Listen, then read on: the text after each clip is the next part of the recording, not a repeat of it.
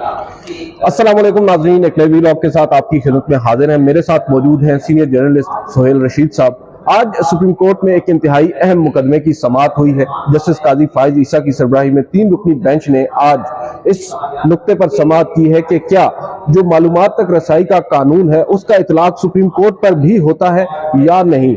Justice अतर मिनल्ला और justice Aminuddin Khan भी bench का हिस्सा थे और पिटिशनर थे मुख्तार अली साहब, जो इस्लामाबाद हाई कोर्ट के जस्टिस आमिर फारूक के एक फैसले के खिलाफ सुप्रीम कोर्ट में आए हैं।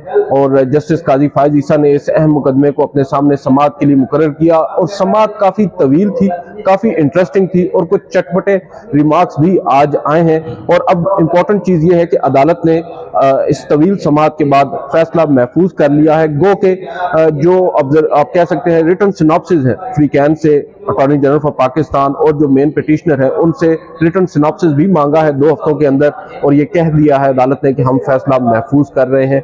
सोहेल रशीद साहब से बात करेंगे, इनसे पूछेंगे आज की जो समाअत हुई है उसके ऊपर। सर आप बताइएगा, पहले तो हमारी नाजरीन के लिए आसान कर दें जरा कि ये जो कानून है जो रसाई का, उसमें सुप्रीम कोर्ट को कहा गया है कि वो मालूमात फराहम करे। वो कौन सी मालूमात हैं जो पिटिशनर ने मांगी थी और उनको नहीं दी गई थी? बहुत शुक्रिया दिल साहब। सबसे पहले हम थोड़ा सा आसान कर देते हैं समझने के लिए। एक कानून है मालूमात तक रसाई का, राइट टू इंफॉर्मेशन एक्ट, जिसके तहत एक इंफॉर्मेशन कमीशन ऑफ पाकिस्तान भी कायम है। अगर कोई शहरी में आप या कोई भी शहरी किसी इदारे से मुतालिक कोई भी मालूमात लेना चाहता है तो वो एक दरखास्त देता है। अगर वो उस इदारा को ना दे तो वो इंफॉर्मेशन कमीशन में चला जाता है। इस कानून के तहत वहाँ से वो फैसला ले लेता है और इंफॉर्मेशन कमीशन क्या देता है कि इसको ये मालूमात दी जाए। तो शाहखाना का सारा मामला भी वहीं से स्टार्ट हुआ था, जो इमरान खान साहब के बाद में उनकी सजा पे खत्म हुआ। तो information right to information act, जानने का हक, ये वो कानून है कि आप किसी भी इदारे के बारे में मालूमात पूछ सकते हैं, किसी पब्लिक ऑफिस होल्डर के बारे में पूछ सकते हैं या नहीं। आज केस बहुत दिलचस्प था क्योंकि आज ज़ेर बहस ये था कि अदालत उज़्मा सुप्रीम कोर्ट से मुतालिक इंफॉर्मेशन कमीशन जो है वो अहकामात जारी कर सकता है या नहीं, और सुप्रीम कोर्ट को वो डायरेक्शन दे सकता है या नहीं कि आप अपनी फलां मालूमात पब्लिक कर दें या इस बंदे को दे दें। ये एक टेक्निकल मामला था और इसमें बहुत दिलचस्प फैक्ट्स कुछ मौजूद हैं। रजिस्ट्रार सुप्रीम कोर्ट, जो कि सबसे बड़ी अदालत के रजिस्ट्रार हैं, वो इंसाफ लेने इस्लामाबाद हाई कोर्ट गए थे। सुप्रीम कोर्ट की से नीचे जो एक कोर्ट है उसमें गए थे और इंसाफ ये लेने गए थे कि इंफॉर्मेशन कमीशन ने हमें कह दिया है कि आप अपने मुलाजमीन की मालूमात पब्लिक करें। तो इंफॉर्मेशन कमीशन हमारे मुतालिक ये ऑर्डर दे ही नहीं सकता था और उनको इंसाफ मिला। Single bench Islamabad high court के चीफ जस्टिस आमिर फारूक ने उनकी दरखास्त मंजूर की और ये डिक्लेयर किया अपने फैसले में कि इंफॉर्मेशन कमीशन सुप्रीम कोर्ट से मुतालिक ये अहकामात नहीं दे सकता था। आज उस फैसले के खिलाफ जो मुख्तार थे दरखास्त गुजार शहरी, और वो बड़ी तैयारी करके आए थे, वो वकील से भी बहुत अच्छा आर्गू कर रहे थे, सिविल ड्रेस में थे, लेकिन चीफ जस्टिस ने एक मौके पर उनसे पूछा कि आप वकील तो नहीं है? उन्होंने कहा मैं वकील नहीं हूँ, लेकिन उन्होंने पॉइंट्स ऐसे उठाए कि जिनके ऊपर एक तवील बहस हुई और अब से थोड़ी देर पहले ये समाअत मुकम्मल हुई है, फैसला महफूज हो गया है। लेकिन इस दौरान अहम जो मामलात ज़ेर बहस आए उसमें टेक्निकल ज़्यादा थे, पेचीदा ज़्यादा थे। चीफ जस्टिस काजी फायज ईसा ने ऑफर की दरखास्त गुजार को कि हम खुद वॉलंटियर कर देते हैं, अपनी सारी इंफॉर्मेशन पब्लिक कर देते हैं। तो क्या इतना आपके लिए काफ़ी है या आप चाहते हैं कि नहीं इंफॉर्मेशन कमीशन के ऑर्डर के तहत ये हो? तो उन्होंने कहा जी नहीं, मैं यही चाहता हूँ कि इंफॉर्मेशन कमीशन का जो ऑर्डर है उसका सुप्रीम कोर्ट के रजिस्ट्रार पर इतलाक होता है, क्योंकि रजिस्ट्रार जो है वो इंतजामी मामलात देखता है और ये जो जवाब नहीं कहा जाता, जिस पे जजेस भी एक दफा पीछे हटे और उसके बाद उन्होंने काफी इंसिस्ट किया कि आप हमारा जो आर्गुमेंट हम आपको सजेस्ट कर रहे हैं इसको अडॉप्ट करें, ना कि आप जो आर्गुमेंट कर रहे हैं नई बात ला रहे हैं।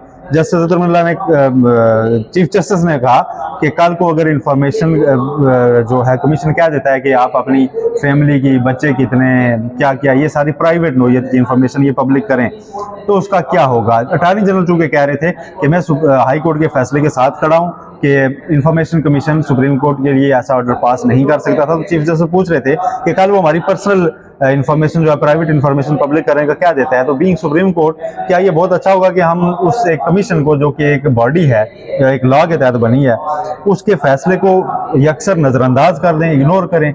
या फिर हम क्या करें, हम उसके खिलाफ एक बड़ा कंटेम्प्ट अच्छा जारी पॉइंट करें? यहाँ पर उन्होंने भी उठाया था, जो पिटिशनर है उन्होंने कहा कि जो रजिस्ट्रार है वो अलग है और सुप्रीम कोर्ट अलग है। और रजिस्ट्रार को बेसिकली उन्होंने ऑर्डर से साबित किया, जो ऑर्डर था इंफॉर्मेशन कमीशन का, उसमें ये लिखा था कि रजिस्ट्रार साहब जो है वो ये तमाम तर मालूमात दें, और जो मालूमात मांगी गई थी वो भी एडमिनिस्ट्रेटिव साइड की थी, इंतजामी साइड की थी, ना कि जुडिशियल साइड की, किसी जज मुलाज़मीन की तादाद कितनी है उसमें, ये मैं बता देता हूँ। हाँ, इसमें उन्होंने जो मैंने थोड़ा थोड़ा नोट किया है कि टोटल सैंक्शन स्टाफ है सुप्रीम कोर्ट का, उनकी कैटेगरी वाइज बताया जाए, टोटल वैकेंसीज कितनी है और स्टाफ का नंबर टोटल कितना है, फीमेल स्टाफ कितना है, ट्रांसजेंडर्स कितने हैं, और सर्टिफाइड कॉपी जो है रूल्स की सुप्रीम कोर्ट ऑफ पाकिस्तान के, वो उन्होंने मांगी थी।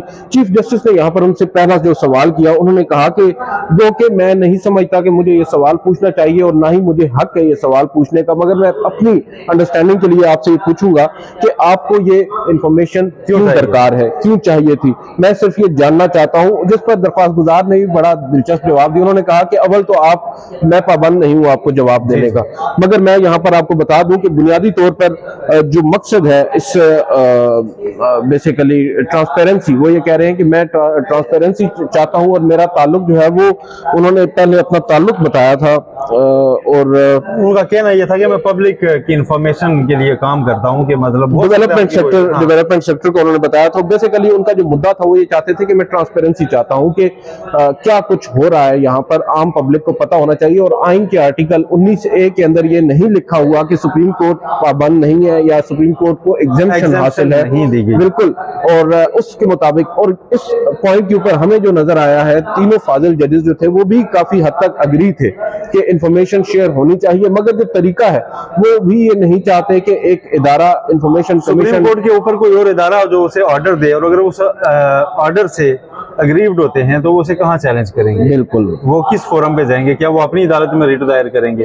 लेकिन जस्टिस अतर मुल्ला ने इस पे बड़ा दिलचस्प वो भी सुनाया कि हमारे हाई कोर्ट में एक ऐसी दरखास्त आ गई थी, तो चूंकि हमारा रजिस्ट्रार जो है वो अपनी अदालत में रिट तो नहीं कर सकता था, तो हमने उसको पब्लिक कर दिया था अपने मुलाजमीन की। और मुझे याद भी है कि उन्होंने वेबसाइट पे पब्लिक कर दी थी। लेकिन अब चीफ जस्टिस ने तो यहाँ तक ऑफर किया उन्हें, दरखास्त गुजार को, कि आप हमारी वेबसाइट देखें, शायद आपको जितनी मालूमात चाहिए वो मौजूद हों। उन्होंने ये कहा कि हम आपको ये भी बता सकते हैं, अगर आप जानना चाहते हैं कि कितने ट्रांसजेंडर्स हमने रखे हैं मुलाजमीन, तो मैं आपको बता सकता हूँ कि 2 हैं। आप ये पूछेंगे कौन कौन है, ये मैं आपको नहीं बता सकता। बिल्कुल। और यहाँ पर एक और मौके के ऊपर चीफ जस्टिस ने खुद कहा कि एक मेरा जहन में एक बिजार किस्म का सिनेरियो आ रहा है, फॉर इंस्टेंस कोई पर्सनल डिटेल्स जो है वो मांग ली जाती है। और फिर साथ उन्होंने ये भी कहा, क्योंकि पर्सनल डिटेल्स तो हम नहीं दे सकते, जो एडमिनिस्ट्रेटिव साइड की या सुप्रीम कोर्ट की चीजें हैं वो तो हमें देनी चाहिए। फिर उन्होंने यहाँ पर एक बात जो मुझे लगा, मेरे साथ और भी आप भी बैठे थे, बहुत से लोगों की ये आप कह सकते हैं कि राय थी कि जब जस्टिस अतर मिनल्ला एक जुमला बोले और उनको काजी फाइज ईसा ने रोक दिया, वो बेसिकली ये कह रहे थे कि as I have already heard these petitions, इस तरह की उन्होंने जैसे ही बात की। और इसके बाद अमूमन कहा जाता है कि मैं अब ये केस नहीं सुनूंगा और रिक्यूज करूंगा, अलग हो जाऊंगा बेंच से। जस्टिस काजी फाइज ईसा ने उनसे मशवरा किया, उनसे कोई बात कही, और साथ ही अगली ऑब्जर्वेशन जो उन्होंने दी कि ये हमारे लिए भी थोड़ा सा एम्बैरेसिंग है और हम अपना ही यहाँ पर फेट डिसाइड कर रहे हैं। देखें, वो अतर मुल्ला साहब ने ये केस जब हाईकोर्ट आया तो पहले सुना था, गालिबन ना डिसाइड नहीं किया था, उस पर उन्होंने फैसला नहीं दिया हुआ, अपना माइंड डिस्क्लोज नहीं किया हुआ, इसलिए बेंच से अलग होने की मेरा ख्याल है कोई बड़ी वजह नहीं थी। सिर्फ इतना कि मैंने इस केस को सुनना शुरू किया था नीचे, तो यहाँ भी नहीं सुनूंगा, मेरा ख्याल है वो उस पर वो रूल नहीं लागू होता था कि आपने हाईकोर्ट में ये सुना हुआ तो यहाँ सुने, आपने वहाँ डिसाइड नहीं किया था, आप ऊपर आ गए थे, तो लिहाजा बेंच का हिस्सा मेरा ख्याल है रह सकते हैं। लेकिन रिक्यूज उन्होंने बहरहाल नहीं किया, वो इस बेंच में बैठे हैं और जजमेंट अब अच्छा, दौरान समाअत बड़े दिलचस्प वो ऑब्जर्वेशन जो एडिशनल अटॉर्नी जनरल है, जिन्होंने रजिस्ट्रार साहब की जानिब से रिट पिटीशन दायर की थी इस्लामाबाद हाई कोर्ट के अंदर, वो भी मौजूद थे। आमिर रहमान साहब का सूरत हाल रही कि वो रजिस्ट्रार का, ये अभी डिस्कस हो रहा है कि रजिस्ट्रार क्या दरखास्त हाईकोर्ट दायर कर सकते भी थे या नहीं, तो उस दौरान पता चला कि दरखास्त उन्होंने दायर न सिर्फ की बल्कि उनके वकील एडिशनल अटॉर्नी जनरल थे। तो पहले उनसे पूछा गया कि आप प्राइवेट हैसियत में गए थे, तो उन्होंने कहा जी मैं प्राइवेट हैसियत में गया था, लेकिन अटॉर्नी जनरल इस पर मुतमिन नहीं कर सके कि उन्होंने इसको प्राइवेट हैसियत में जाने के लिए अटॉर्नी जनरल ऑफिस ने लो किया था या नहीं। लेकिन उन्होंने कहा कि मैं अमूमन एक प्रैक्टिस है, उन्होंने कहा कि मैं प्राइवेट हैसियत में गया था। उन्होंने कहा कि आपने फीस ली थी, तो उन्होंने कहा जी 1 रुपया फीस रखी थी, वो भी नहीं मिली, रजिस्ट्रार से 1 रुपया फीस उनको अमर रहमान चीफ जस्टिस साहब को ने नहीं उनसे मिली। पूछा है और 1 रुपया फीस की आपको पता है कि सुप्रीम कोर्ट में बड़ी एक माजी में हिस्ट्री है कि गिलानी साहब की नायरी भी 1 रुपया फीस पे कहते हैं हुई थी, या 100 रुपये फीस पे हुई थी, बस ऐसा ही कुछ। नहीं, उसमें उन्होंने कहा कि चोई साहब आपको पैसे मिले थे या नहीं, तो उन्होंने कहा कि I specifically asked for 1 rupees, और उस पे उन्होंने कहा कि वो 1 रुपया भी मुझे नहीं मिला। बहरहाल इनवॉइस मैंने जमा करवा दी थी कि 1 रुपया फीस मैंने ली है इस केस के अंदर। और फिर चीफ जस्टिस ने यहाँ पर एक और बात, बड़ा इंटरेस्टिंग सवाल उन्होंने पूछा कि क्या अटॉर्नी जनरल साहब ये अपनी नौयत का कोई पहला मुकदमा है हमारे सामने जिसको हम सुन रहे हैं, और दुनिया भर में प्रैक्टिस क्या है, दुनिया भर में इस तरह के जो मामलात होते हैं उन पर क्या होता है, अब उस पर भी उन्होंने उनसे राय मांगी है। और फिर यहाँ पर जस्टिस अतर मिनल्ला की जानिब से कुछ ऑब्जर्वेशंस आई हैं। यहाँ पर उन्होंने कहा कि क्या सुप्रीम कोर्ट के खिलाफ रिट इशू हो सकती है, और फिर अगर उन्होंने खैर वो फिर आगे जस्टिस जो क्या काजी सुप्रीम फाइज कोर्ट खुद रिट में जा सकती है किसी और जगह? पहले तो सवाल ये था, क्या उसके खिलाफ इशू हो सकती है? जब ना खुद जा सकती है ना इसके खिलाफ हो सकती है, तो इसके ऊपर इंफॉर्मेशन कमीशन का ऑर्डर आएगा तो वो किधर जाएगा, उसका फेट क्या होगा? और whether Supreme Court can claim to have a right, और जो बुनियादी तौर पर तो यहाँ पर यही कहा जा रहा है कि जो इंस्टीट्यूशन होता है कोई भी, वो अग्रीव पार्टी नहीं हो सकता। ये अतर मिनल्ला साहब का पुराना स्टैंड है।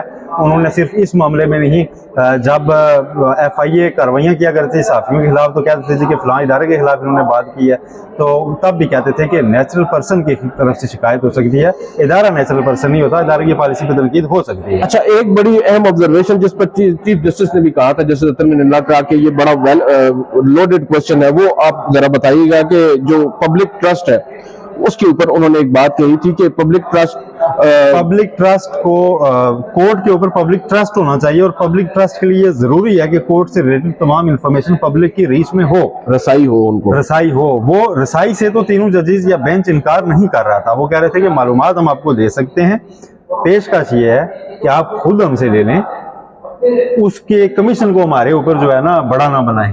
मुसल्ला अफवाज के ऊपर भी एक मसल्ला अफवाज के ऊपर उसमें उन्होंने एम्बिट ऑफ द एक्ट के ऊपर बात की और उसको अल्ट्रा वायरी कहा। वो मसल्ला अफवाज से मुताल्लिक जस्टिस अतर मिनल्ला ने क्वेश्चन किया था कि क्या राइट टू इंफॉर्मेशन एक्ट का इतलाक जब पूछा, पहले उन्होंने अटॉर्नी जनरल से कि सुप्रीम कोर्ट पे है, उन्होंने कहा जी मेरे मुताबिक नहीं है। फिर उन्होंने कहा कि क्या आर्म्ड फोर्सेस के ऊपर इसका इतलाक है, और अगर नहीं है तो ये आर्टिकल 19A की खिलाफ वर्जी है। ठीक है, अगर इसमें, क्योंकि आर्टिकल 19A तो किसी को तखसीस करता नहीं है कि फलां के अलावा, बिल्कुल, तो वो बेसिकली जो आर्गुमेंट उनके खिलाफ पिटिशनर यूज कर रहे थे, अब वो आर्गुमेंट आर्म फोर्सेस के खिलाफ जस्टिस अतर मिनल्ला यूज कर रहे हैं यहाँ पर।